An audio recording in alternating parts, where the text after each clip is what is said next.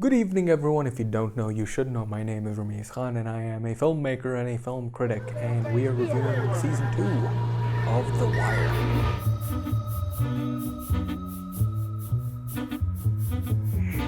When you walk through the garden, you gotta watch your back.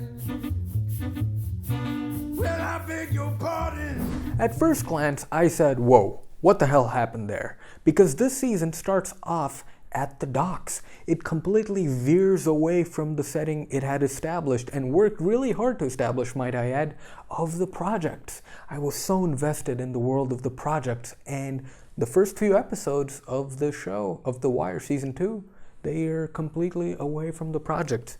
I almost shed a tear while watching that, as I didn't get to see D'Angelo Barksdale or Avon Barksdale. This season adds a whole new family of characters at the docks, the Stevedore Union. I hope I pronounced Stevedore right. And these characters are Frank Sabatka, Ziggy Sabatka, his son, and his nephew. And also the Greek. Gee, I wonder where he's from. The Greek is a head of a criminal organization who deals in human trafficking and narcotics, which is what happens to be the focus of the case of our detectives, as a shipping container full of 12 dead prostitutes shows up at Frank Sabatka's docks. Don't get me wrong, this season started off extremely slow and extremely boring, as David Simon is building up yet another cast of characters, just like he did in the first season. But again, you have to realize what David Simon is trying to do. As I said in my review of season 1, The Wire is about a city crumbling on itself because of these limitations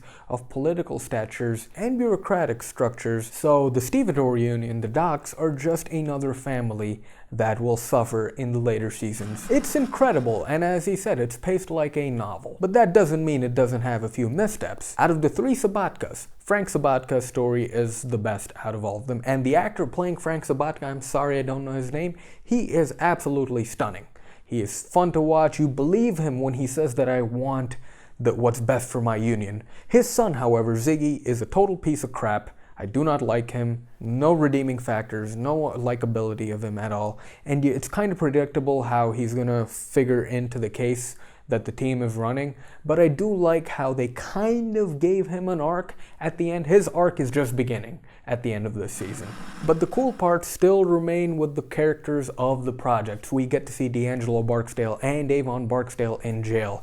D'Angelo wants nothing to do with his life from the projects, and he's punished for that. Since Avon Barksdale is behind bars, Stringer Bell, played by the magnificent Idris Elba, is left with being the kingpin of all the drug trades and stuff. And Idris Elba, Stringer Bell, puts in his little math knowledge, his marketing knowledge, his business knowledge to selling drugs. It's all very cool, and I love the Stringer Bell character, man. He's the Walter White of this show. He's smart as hell. He knows that all this gangster stuff is petty. He goes in for the real crimes. The crimes, the legal crimes, the ones you can do without a hitch. But as I said before, since now Stringer Bell is leading the charge of all the drug trade, it continues the examination of the lack of communication between Barksdale, Avon Barksdale, and Stringer Bell. See, what happens is Stringer Bell makes a deal with Prop Joe, and he gives up the projects, one of the places where they have a good stranglehold on selling their product. Avon Barksdale's unaware that Stringer had made this deal. So Avon sends out one of the coolest characters of this show, Brother Mouzon, who is a mild-mannered hitman. On the surface, this character could have been absolutely cartoonish, but whoever the actor is, whoever's playing him, grounds him to such a degree that he never becomes a caricature. I believe it when a mild-mannered hitman, seriously, it's still laughable, when this mild-mannered hitman orders copies of Newsweek from his subordinate. It's all very cool stuff because of the actor portraying Brother Mouzon. There's not a lot for me to say about this season, as I found it to be rather unmemorable.